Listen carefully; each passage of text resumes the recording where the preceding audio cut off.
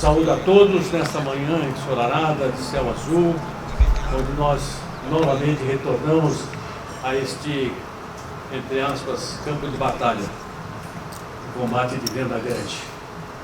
Em 1956, o Centro de Ciências, Letras e Artes erigiu este monumento como lembrança desse episódio, desse momento de heroísmo em que bravos tombaram em defesa dos seus ideais, daquilo em que acreditavam. E nós não podemos deixar passar esse gesto, esse desprendimento, essa coragem, esse patriotismo, né, que eles demonstraram. Os campineiros fizeram parte deste momento, juntamente com outros brasileiros de Sorocaba, de Minas Gerais, São Paulo, e então nós vamos relembrar esse momento. Hoje temos aqui como orador oficial do Centro de Ciências, Letras e Artes nesse momento o nosso pesquisador, membro do Conselho Fiscal, Genaro Campoy Scriptori, que é também escritor, e acaba de lançar, inclusive, um livro histórico sobre a cidade de Campinas. Eu quero saudar aqui a presença da nossa secretária municipal de Cultura e Turismo, Alexandra Caprioli, que disponibilizou toda a sua equipe do turismo e da cultura para embasar, para dar os alicerces para este acontecimento. Quero agradecer a Alexandra Caprioli, então, esta gentileza, essa sensibilidade de estar aqui conosco, né, criando condições propícias para a gente realizar este ato. Também saúdo o presidente da Câmara Municipal de Campinas, aqui presente, Luiz Carlos Rossini, nosso grande amigo.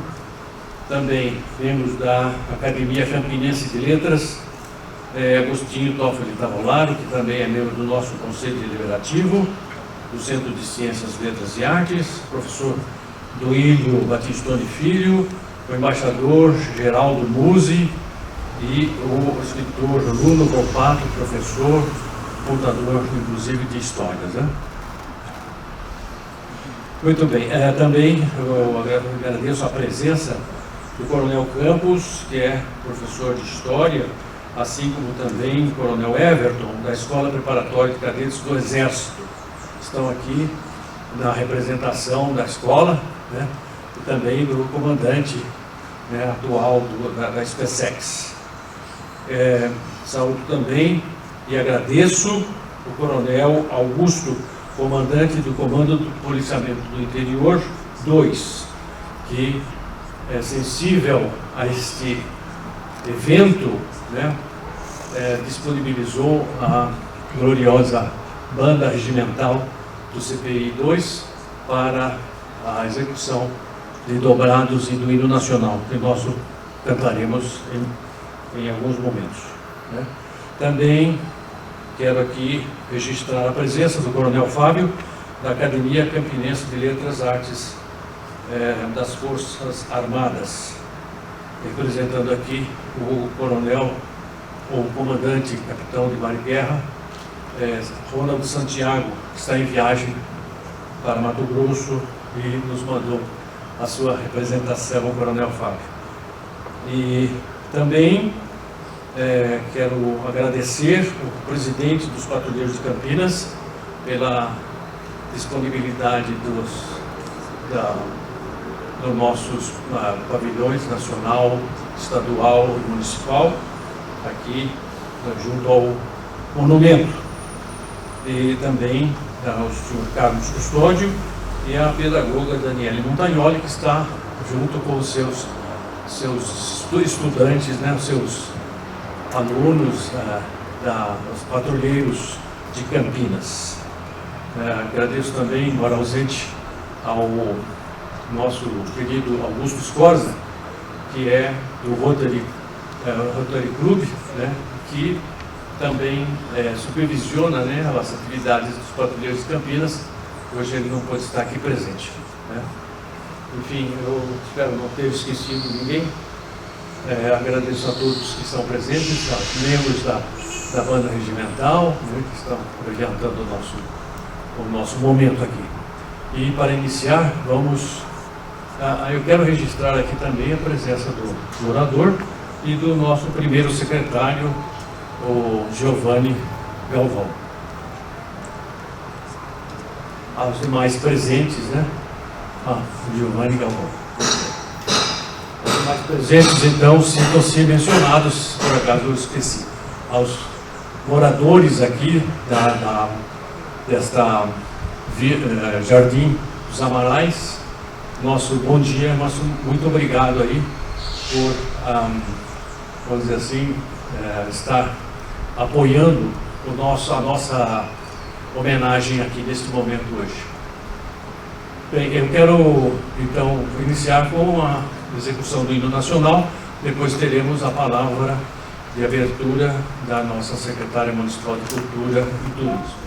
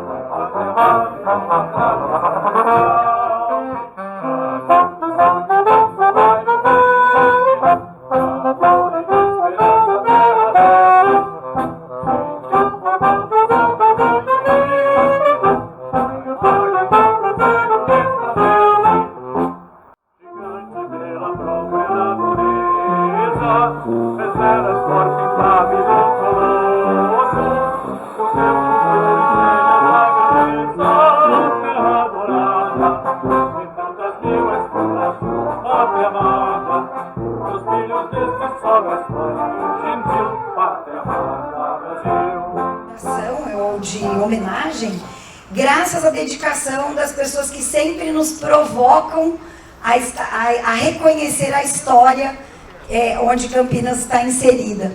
Então eu confesso que eu me lembro desde a época do Dr. Marino Zigiati, quando ele ia me visitar, que eu era diretora de turismo, sempre convidando: Alexandra, a gente precisa estar perto, estar reconhecendo.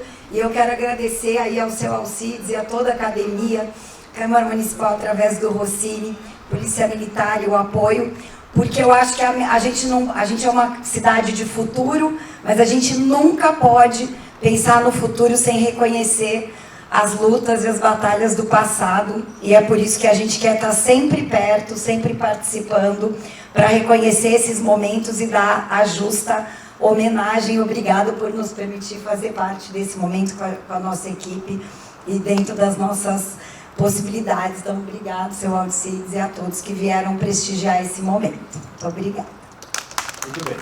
Então, dando sequência, eu gostaria de agradecer aqui o trabalho da nossa primeira secretaria, o doutor Giovanni Galvão, também o José Moreno e seu auxiliar, que deram um retoque aqui no nosso monumento, né? Praticamente deixando como novo, né? Como no momento em que ele foi inaugurado em 1956 pelo Departamento de História do nosso CCLA, né? Então, muito obrigado ao Giovanni, muito obrigado ao José Moreno, né, por esse capricho que eles tiveram, porque realmente está muito bonito. Bem, agora então eu anuncio a palavra do nosso orador oficial, historiador e pesquisador, membro do Conselho Fiscal do Centro de Ciências, Genaro Campos Crepittori. Digníssimo presidente, primeiro secretário, Centro de Ciências, Letras e Artes, autoridades civis e militares, os nossos amigos que estão aqui presentes. É um prazer muito grande estar nesse local, nesse dia, nesta hora. Neste momento em que rememoramos o passado de nossa cidade, revivendo o episódio cívico de amor à pátria e do valoroso espírito paulista e brasileiro, encarnado na memória histórica de instituições como o Exército Brasileiro, a Polícia Militar, o Centro de Ciências, Letras e Artes e tantas outras. Elevamos nossos pensamentos e revivemos nossos heróis, dignos guerreiros, defensores da nossa liberdade e de valores cívicos inegociáveis na construção de uma sociedade. Sim, nossos heróis paulistas, de serviço altivo, espíritos que dobram, mas não quebram. Tomam forma em nossas mentes e corações e inspirando-nos em exemplos, modelando atitudes a serem seguidas. Assim como hoje, no século V a.C., Tucídides, ao narrar a história da Guerra do Peloponeso, guerra entre Esparta e Atenas, registra uma cerimônia singular, muito parecida com a nossa, cujo rito era homenagear os soldados gregos. Uma cerimônia cujo ritual trazia os ossos dos soldados mortos que eram expostos em um tablado sobre um solo por 3 dias. Os habitantes gregos traziam as suas oferendas desejadas e entregavam aos seus soldados. No dia do funeral, os ataúdes de ciprestes eram trazidos em carretas para cada tribo familiar. Um ataúde vazio recebia os ossos dos soldados não identificados e eram colocados nos ataúdes da sua família. Todos os ataúdes eram depositados em um enorme mausoléu oficial que ficava no local mais belo da cidade. Os mortos em combate, por seus méritos excepcionais, eram enterrados no próprio local. Tucídides, que também havia tomado parte na guerra, ele conta que Péricles, filho de Xanticos, honra os soldados mortos em batalha com uma oração fúnebre que caberia perfeitamente em nossa homenagem de hoje, dizendo assim: falarei primeiro de nossos antepassados, pois é justo e ao mesmo tempo conveniente, numa ocasião como esta, dar-lhes lugar de honra, memorando seus feitos. Na verdade, perpetuando-se em nossa terra através de gerações sucessivas. Eles, por seus méritos, transmitiram esses feitos de forma livre até hoje. Se eles são dignos de elogios, os nossos pais o são ainda mais, pois aumentando a herança recebida, constituíram a história e a sociedade que agora hoje nós possuímos e usufruímos. E a duras penas nos deixaram este legado e nós estamos aqui para construir para as gerações futuras. Relembro a todos os presentes que a nossa presença hoje nesta comemoração é produto da façanha de nossos heróis, como também nos esforços de nossos antepassados para perpetuar este legado. Assim como nós nos esforçamos para não deixar morrer este legado, assim fizeram os gregos 500 anos antes de Cristo.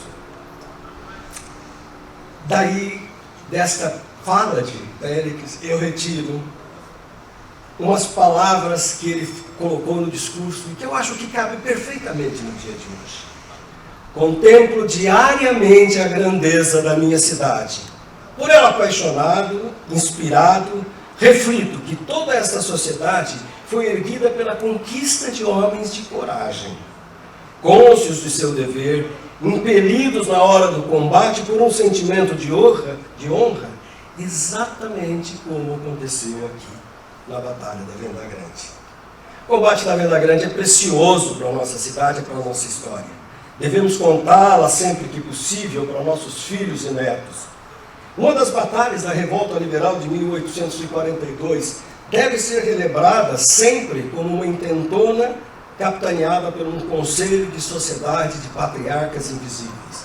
e tinham como líderes Padre Diogo Antônio Feijó, Rafael Tobias de Aguiar, Teófilo Ottoni, José Feliciano Pinto Coelho, o padre casado José Martiniano de Alencar, pai de José de Alencar, o mesmo do Guarani, o padre José Bento Leite Ferreira de Melo, padre José Custódio Dias, Antônio Paulino Limpo de Abreu e outros. Essa sociedade, patriarcas invisíveis, tinha sede no Rio de Janeiro, em meio à corte do jovem Dom Pedro II. Ainda sob a tutela da regência de Araújo Lima, uma associação que fomentava a insurreição com o objetivo de sustentar e defender a Constituição do Império e o reinado de Dom Pedro II, e a independência do Brasil. Já os poderes estabelecidos, sob a condução da regência de Pedro Araújo Lima, o Marquês de Olinda, enfrentava grandes dificuldades com a revolta farroupilha na província do Rio Grande do Sul. O regente equilibrava-se na condução do Império, na defesa do Imperador e da Constituição. Poderíamos dizer que tanto o regente como a sociedade dos invisíveis tinham os mesmos propósitos, mas procediam de modos distintos. Em 1º de maio de 1842, em função das irregularidades ocorridas nas eleições provinciais, Dom Pedro II dissolveu a Câmara dos Deputados. No dia 4 de maio, expediu um decreto, de número 157, que estabeleceria as instruções e procedimentos para as novas eleições. Diversos historiadores consideram as duas ações do governo imperial como os fatores fundamentais para desencadear a Revolução Liberal de 1842. Os liberais exasperados resolveram destituir o presidente da província, o barão de Monte Alegre, senhor José da Costa Carvalho, e ao mesmo tempo constituir o presidente Rafael Tobias de Aguiar. O baiano José da Costa Carvalho, barão de Monte Alegre, presidente da província de São Paulo, em 13 de maio, antes do acontecimento, reporta ao ministro da Guerra, José Clemente Pereira, os temores manifestados na capital. Ele dizia assim: os habitantes da cidade de São Paulo têm sofrido graves temores e observam na cabeça da oposição. Eu, porém, não receio pela segurança da capital. Existe no quartel uma guarnição de 300 homens, e eu posso expedir ordens para que sejam elevados daqui a pouco a 600. Mas esta medida não pode ser realizada sem alguma demora, para conter, pois a cidade de Sorocaba e outros lugares que pretendem imitá-la, é indispensável que Vossa Excelência faça marchar para Santos a maior força disponível e que seja possível lançar mão. Às 10 horas do dia 17 de maio de 1842, na Câmara de Sorocaba, liberais aquartelados, povo, tropa de soldados da Guarda Nacional, políticos, autoridades, militares declaram Rafael Tobias de Aguiar presidente da província de São Paulo, com a justificativa de que o imperador Dom Pedro II se achava em estado de coação, dominada por uma associação facciosa. Do Rio de Janeiro, no dia 18 de maio, zarpavam do porto às 8 horas da manhã 4 barcas de vapor, a Especuladora, Paquete do Sul, Pernambucana e São Sebastião, com mais de 700 praças do 12º Batalhão de Caçadores, com destino a Santos. Dia 19 de maio, seguiam mais 400 praças do Batalhão dos Fuzileiros pela estrada de Santa Cruz e embarcariam no vapor Todos os Santos, juntamente com o comandante em chefe do Exército, general Luiz Alves de Lima e Silva, na época o barão de Caxias. Caxias não precisou vir a Campinas, enviou o coronel Amorim Bezerra, 3 cadetes do 12º Batalhão, para improvisados soldados serem instruídos e poderem participar afogar essa rebelião. Uma força de soldados militarmente preparados, conhecidas como Guarda Municipal Permanente, o Corpo Municipal Permanente, chegou em Campinas, liderados pelo capitão Pedro Alves de Siqueira. Juntavam-se à Guarda Municipal Permanente os soldados da Guarda Pessoal do padre João José Vieira Ramalho, agricultor, dono de fazenda da Bela Vista, o fundador da cidade de São João do Jaguari, hoje conhecida como São João da Boa Vista. O padre Ramalho detinha uma milícia particular, que era exatamente utilizada para defender os seus interesses e o da sua fazenda. A força local da cidade de Campinas era formada por um número inexpressivo de soldados da Guarda Nacional. eram liderados pelo coronel José Franco de Andrade e pelo major Joaquim Quirino dos Santos. Alguns soldados que não tinham nem sapatos para serem calçados nos pés. E junto deles tinham mais o coronel Antônio de Queiroz Teles, barão de Jundiaí, que eram os combatentes desta insurreição. No dia 7 de junho, 181 anos, com 120 homens de cavalaria e infantaria, o coronel Amorim Bezerra dirige-se para a Fazenda da Lagoa, no engenho da Lagoa, em Venda Grande, exatamente aqui onde estamos. Aqui, no sítio do finado Teodoro Ferraz, Venda Grande, era o local por onde passavam os viajantes com destino à cidade de Limeira. Ao olhar ao redor deste ponto, até onde nossas vistas alcançam, apesar de que hoje as nossas vistas não podem ir tão longe, não é? Nós poderíamos dizer que estavam reunidos cerca de 350 no máximo, talvez menos, pouco mais, rebeldes. Portanto, não diria estilingue, mas armas de caça, armamentos pequenos, de pequeno calibre, algumas armas até de fabricação própria. Os rebeldes eram fazendeiros, gente do povo, alguns até participantes da Guarda Nacional, com laços familiares e de amizade com os liberais que elegeram Rafael Tobias de Aguiar presidente da província de São Paulo. Liderados e aconselhados pelo padre Diogo Antônio Feijó, paulista campineiro, autor e mentor praticamente de toda a revolta. Em 31 de maio, Cristão de Abreu Rangel, comandante em chefe das forças de Itu, passa uma carta para o comandante Rafael Tobias de Aguiar, dizendo assim: o Boaventura os levará, os reforços, porém ele deve voltar, porque é o único oficial de confiança que nós temos. Em uma outra carta, em 6 de junho, Cristão diz que para Campinas marcharam 130 praças de linhas, 30 bestas carregados de armamento e uma peça. Uma peça é um pequeno canhãozinho. Possivelmente essa peça nunca foi usada, porque os combatentes não tinham preparo suficiente para lidar com elas. No engenho da Lagoa, essa fazenda, contavam também com as tropas que deveriam de vir de Limeira, sob o comando de Reginaldo. Desculpe, acho que eu pulei meu texto aqui, desculpe. Bom.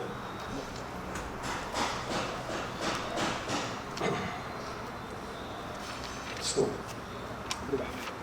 Depois de terminado o conflito, o sogro do primeiro casamento de Hércules Florencio, o doutor Francisco Álvares Machado, ele comentava na sua família a falta de estratégia e de organização e até mesmo de despreparo do exército do Rafael Tobias de Aguiar.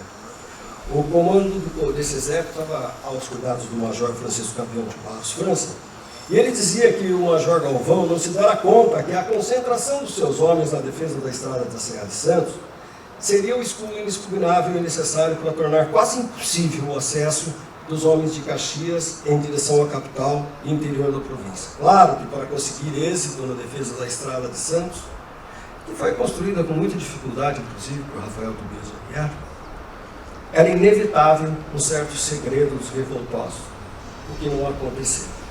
O Dr. Francisco Álvares Machado deixava comentários dizendo assim: meu amigo, em vez disso, foram proclamar a Revolução no entusiasmo generoso, porém irrefletido de um banquete. Era tamanho o despreparo dos soldados, equipamentos e armamentos, que os soldados facilmente se deslocavam entre Sorocaba e Campinas sem sofrerem qualquer amolação. Passavam mais de 200 praças, não havia restrição logística. Os homens do exército do Barão de Monte Alegre, mas ocasionalmente, estavam por volta, a todo momento, dentro da cidade, conhecendo todas as estratégias dos revoltosos. Amador Bueno Machado Florencio, um dos presidentes da Câmara de Campinas, e que era filho de Hércules Florencio, com 11 anos de idade, ele narra a jornada da família em matéria que foi publicada na Gazeta de Campinas. A comitiva de Florencio encontrou-se com Antônio Manuel Teixeira, um dos líderes dos liberais no caminho de Itu, mais precisamente no Salto de Itu. Lá se encontrava uma milícia de paulistas revolucionários que estavam à espera dos soldados que deveriam vir de Campinas e que tinham como destino Campinas, e estacionariam aqui na fazenda da Lagoa. Os rebeldes contavam com as tropas que deveriam vir de Limeira, sob o comando de Reginaldo de Moraes Salles, pai do doutor Antônio Carlos de Moraes Salles. Antônio Manuel Teixeira, Francisco Teixeira Nogueira, Luciano Teixeira Nogueira, Ângelo Custódio Teixeira, eram líderes naturais dos movimentos em Campinas, todos do tronco patriarcal do capitão Joaquim José Teixeira Nogueira. Curioso fato aconteceu na fazenda do Major Luciano, sobre o único prisioneiro de guerra feito pelos rebeldes. José Manuel de Castro era um jovem que desavisadamente foi em direção à fazenda, foi preso e foi junto com a comitiva de Feijó para Sorocaba. Exerceu lá José Manuel de Castro a função de impressor e tipógrafo do Jornal Paulista, editado por Hércules Florencio, que também foi para Sorocaba. Eles se tornaram tão amigos, o prisioneiro ficou tão amigo de Hércules Florencio que os dois se fugiram depois de terminada a revolta, fugiram os dois num único cavalo em direção a Porto Feliz. Depois voltaram para Campinas e foram anistiados. Aqui, esse senhor foi um próspero fazendeiro. Os valorosos paulistas acampados aqui na Venda Grande, eles não estavam preparados para combater a força de Caxias, mas eles tinham uma força moral, idealista e libertária, e cujo empenho e disposição ceifaria muitas vidas, mas também livraria muitos da morte diante da força organizada e disciplinada de soldados bem armados de Caxias. O Dr. Ricardo Gamba Taut, 38 anos depois do governo, com a publicação de uma obra chamada Reminiscências de Campinas, ele faz uma exposição com poucos detalhes do combate, mas ele traça com precisão o embate nos seguintes termos: resolvendo os chefes do movimento em Campinas medir suas forças com as do governo, foram reunindo seu povo no sítio conhecido como o nome de Venda Grande, na estrada de Limeira, uma e meia légua de Campinas. Ali as tropas do governo prontamente assaltaram, sem deixar-lhes o tempo preciso de se organizar, de modo que a vitória foi fácil e glória. Já Amador Bueno Florencio já traça alguns detalhes a mais. Ele diz o seguinte: fomos surpreendidos sem que... muito obrigado. Fomos surpreendidos. Muito obrigado. Fomos surpreendidos sem que tivessem chegado Reginaldo com os de Limeira.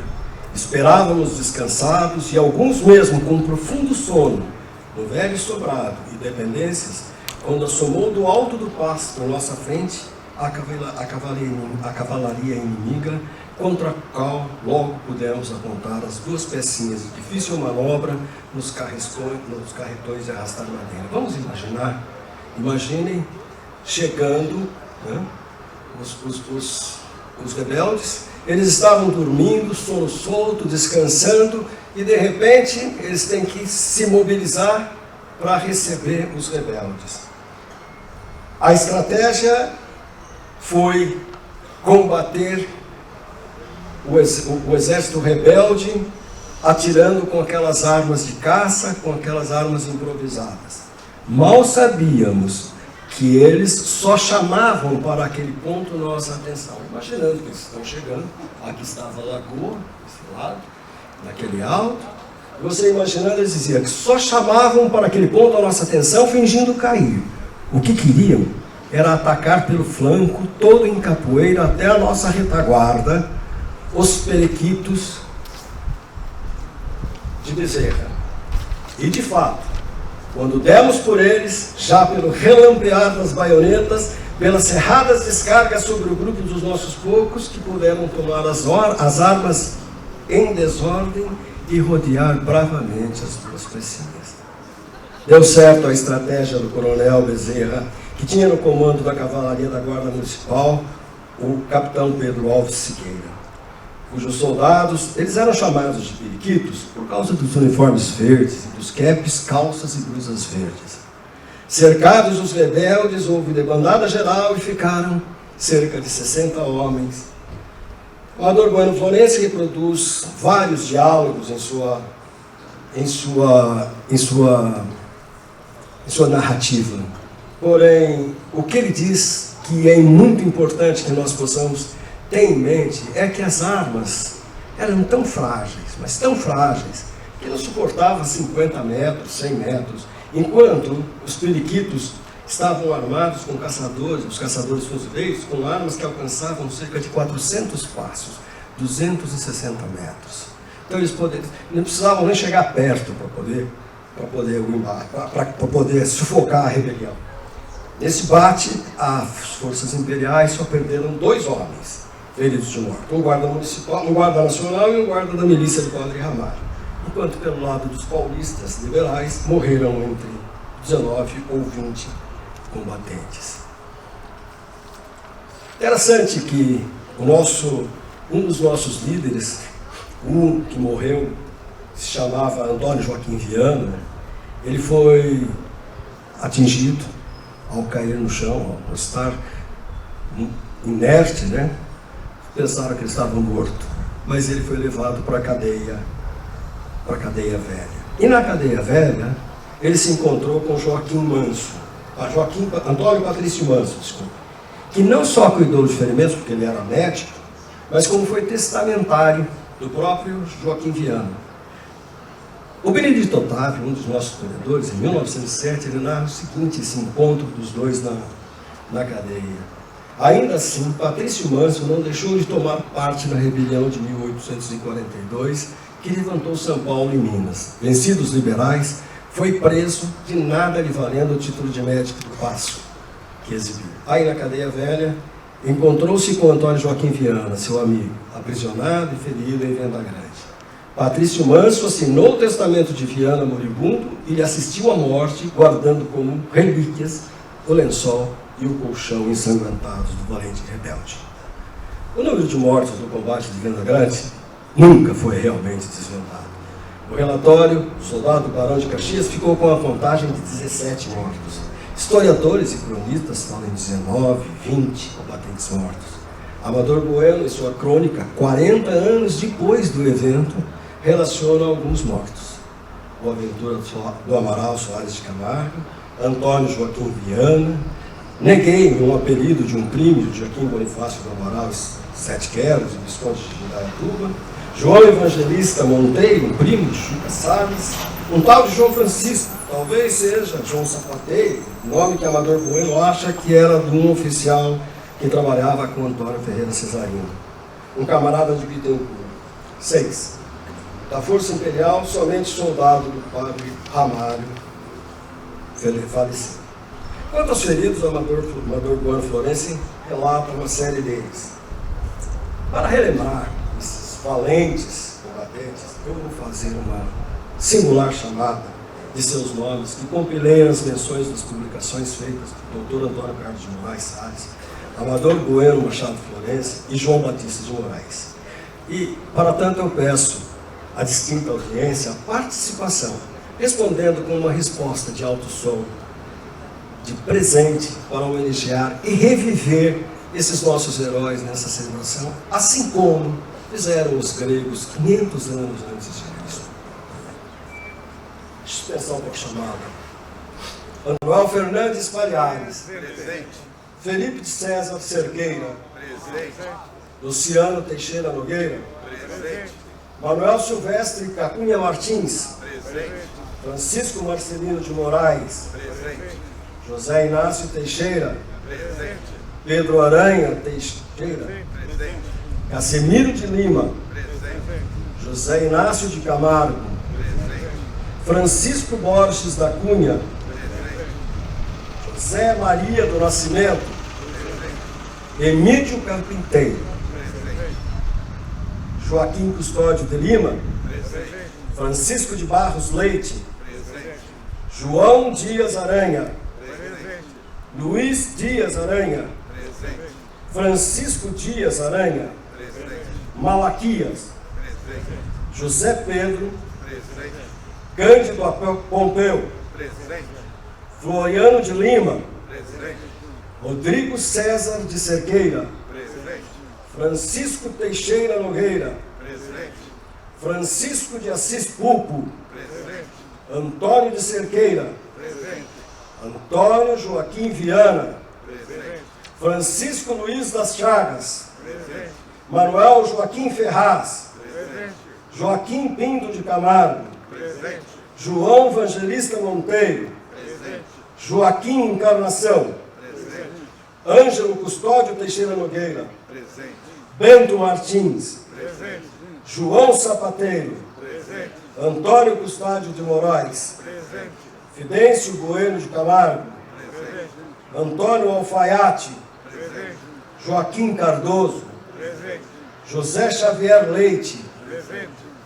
Pedro Aleixo, José Antônio da Silva, Gonçalo da Silva, Inácio de Oliveira, Francisco Cardoso, Antônio Pio Correia Bittencourt, Antônio Castelhano, João Tamoio, Modesto Correia, João Batista Pulpo de Moraes, Joaquim Bonifácio do Amaral, Boaventura do Amaral Soares de Camargo, Carlos Augusto do Amaral, Reginaldo Antônio de Moraes Salles, Juca Cavalheiro, Sargento Mor Raimundo Álvares dos Santos Prado Leme, Diogo Benedito dos Santos Prado, Miguel Arcanjo Ribeiro de Castro Camargo, Neguei.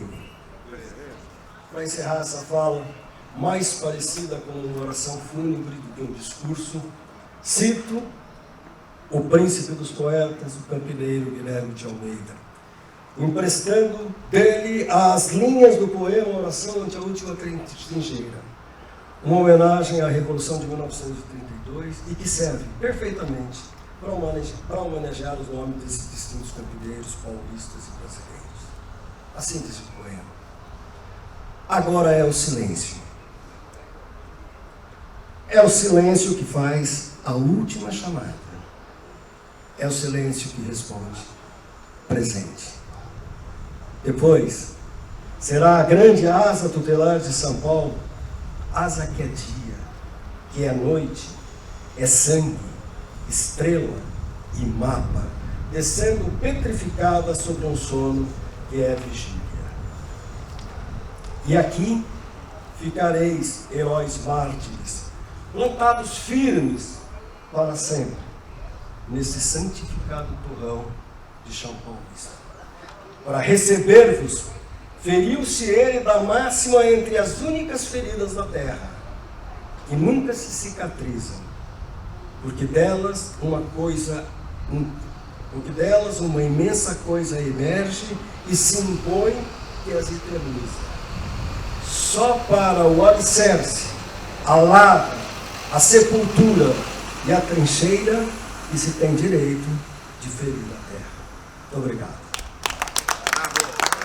Ao Genaro Campanha Scriptori, essa oração muito densa, muito informativa, né, uma verdadeira aula a respeito do que aconteceu em 1842. Quero aqui terminar meus agradecimentos, mencionando aqui o apoio, né, da ENDEC, através do seu presidente Vinícius Riveretti, a Guarda Municipal, né, que está nos apoiando aqui, dando tranquilidade, também o Eros Wiesel e a equipe do Departamento de Turismo, a Sanasa pelo oferecimento dos copos d'água, né, aqueles que quiserem ainda se servir da água. Bom, foi um gesto de cortesia da Sanasa, né? Quero também agradecer a presença aqui da Josiane Bertoli, que é a nossa auxiliar administrativa, a Nina Costa, que é minha esposa, e a minha irmã Marilda. Obrigado a todos. Agora, então, eu acho... Deixo a palavra livre se alguém quiser falar alguma coisa. para encerrar. E depois teremos mais um número da banda para fechar com trecho de ouro. Palavra livre. Palavra livre. Pode, por favor. Quero fazer menção também ao coronel Paulo Henrique, que está também nos prestigiando, desejar a ele uma feliz aposentadoria. Bom dia, pessoal. Desculpe aí que eu não sei falar, principalmente na frente de tantas autoridades, né? Mas quem sou eu? Eu represento, na verdade, a comunidade aqui. Eu moro aqui no bairro desde 1969. Eu brinquei no cemitério aqui, quando tinha 9, 10 anos.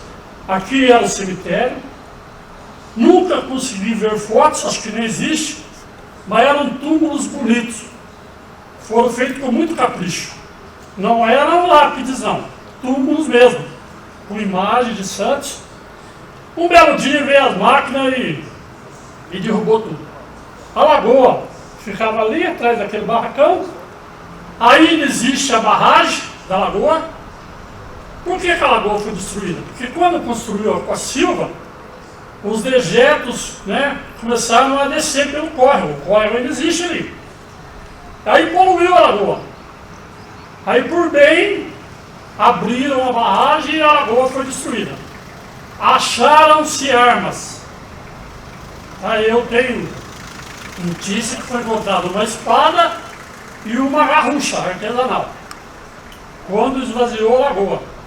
Que alguns dos revoltosos, para se livrar na hora ali, para dizer que não estava, eles se livraram das armas dentro da lagoa. Então isso é história real. Por isso que para a gente é muito importante, passados 181 anos, que está completando hoje, isso tudo ser relembrado. Vocês não imaginam a importância disso. Outro dia, trouxe meu neto aqui, contando essa história para ele, ele falou: vô, mas quem que você venera aí? Quem é o seu herói? Os subordinados do Duque de Caxias ou os revoltosos? Falei: meu filho, todos. Os revoltosos porque lutavam por um ideal. Os subordinados de Caxias porque defendiam a pátria. Então todo mundo é herói. Eu acho que quem luta é herói, né? E eu gostei muito de ouvir essa história, porque a história é valiosa quando ela é rica em detalhes, né? Muitos detalhes. Agora eu vou falar uma coisa aqui, me perdoem, não sou espírita. Não, eu sou um cara que tem fé em Deus, tá? Venho de uma família pobre, de agricultores. Vou contar um detalhe agora. Quanto a acreditar, fica a critério de cada um. Um amigo nosso, que mora até hoje, alugou uma casa aqui no Santa Mônica. Nessa casa não parava ninguém. A janela batia, as portas batiam.